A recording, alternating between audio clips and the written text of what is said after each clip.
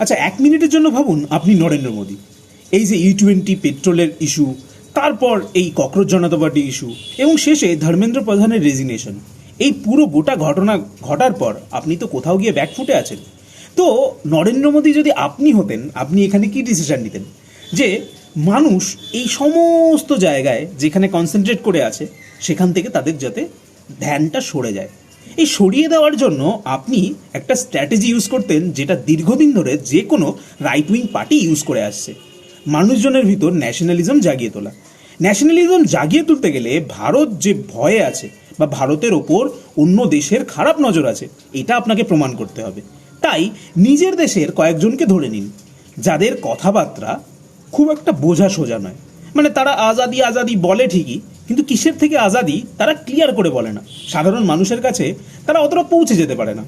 তো তাদেরকে ভিলেনাইজ করুন, তাদেরকে এমনভাবে ভিলেনাইজ করুন যেন মনে হয় যে তারা বিদেশের এজেন্ট। এবার কোথাও গিয়ে মনে হচ্ছে না যে বিজেপি এই স্ট্র্যাটেজিটা ইউজ করছে?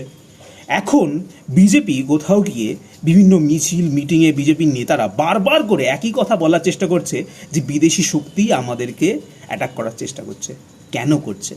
কারণ নরেন্দ্র মোদী কোথাও গিয়ে মানুষের মনে যে জমি হারিয়েছে সেটা রিগেইন করার জন্য এই স্ট্র্যাটেজিটাকে ইউজ করছে বলে আমার মনে হয়। আপনার কি মনে হয়, বিজেপি এই স্ট্র্যাটেজি ইউজ করছে নাকি আমি ভুল? সেটা জানান কমেন্টে। আর ভিডিও ভালো লাগলে ফলো করে